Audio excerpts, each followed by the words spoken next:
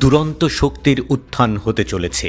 ইরানের পরমাণু কর্মসূচি বিশ্বের গতিপথ বদলে দেবে। ইরান এখন একটি নতুন পরমাণু বিপ্লবের পথে, যেখানে তেহরানের প্রতিটি পদক্ষেপই পশ্চিমাদের কাছে একটি বড় প্রশ্ন।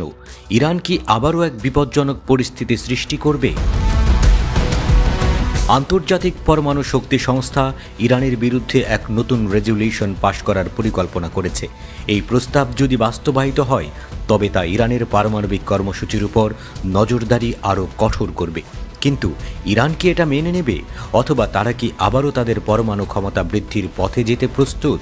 ইরানের পররাষ্ট্রমন্ত্রী আব্বাস আরাকচি এক টেলিভিশন সাক্ষাৎকারে জানিয়েছেন, আন্তর্জাতিক পরমাণু শক্তি সংস্থার ৩৫ দেশীয় বোর্ড যদি ইরানের বিরুদ্ধে নতুন কোনো প্রস্তাব পাশ করে, তবে তেহরান তার পরমাণু কর্মসূচিতে আরও কঠোর পদক্ষেপ নেবে। আরাকচি বলেছেন, যদি আমাদের বিরুদ্ধে কোনো প্রস্তাব পাশ হয়, তাহলে ইরানের পক্ষ থেকে এক পাল্টা পদক্ষেপ নেওয়া হবে। আমরা আমাদের পরমাণু কর্মসূচিতে নতুন ব্যবস্থা নেব, যা তারা অবশ্যই পছন্দ করবে না। এমন ঘোষণা ইরানের ক্ষমতার বার্তা। এখন তেহরান পিছিয়ে যাবে না।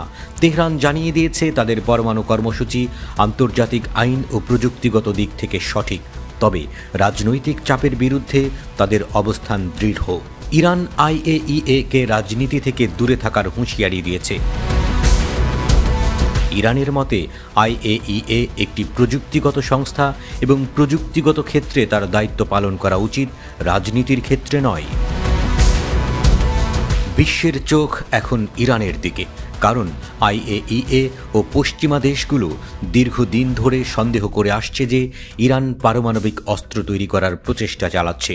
2015 সালের পারমাণবিক চুক্তি JCPOA অনুযায়ী ইরান তার পারমাণবিক কর্মসূচি সীমাবদ্ধ রাখার কথা ছিল, তবে 2018 সালে যুক্তরাষ্ট্র একতরফাভাবে চুক্তি থেকে বের হয়ে যাওয়ার পর ইরানও তার ইউরেনিয়াম সমৃদ্ধকরণের ক্ষমতা বাড়িয়ে চলেছে।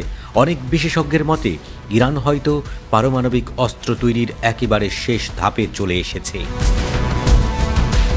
রাফায়েল গ্রোসির মতো IAEA এর শীর্ষ কর্মকর্তারা বেশ কিছুবার সতর্ক করে বলেছেন, ইরান পারমাণবিক অস্ত্র তৈরির জন্য প্রয়োজনীয় প্রান্তিকের কাছাকাছি চলে এসেছে।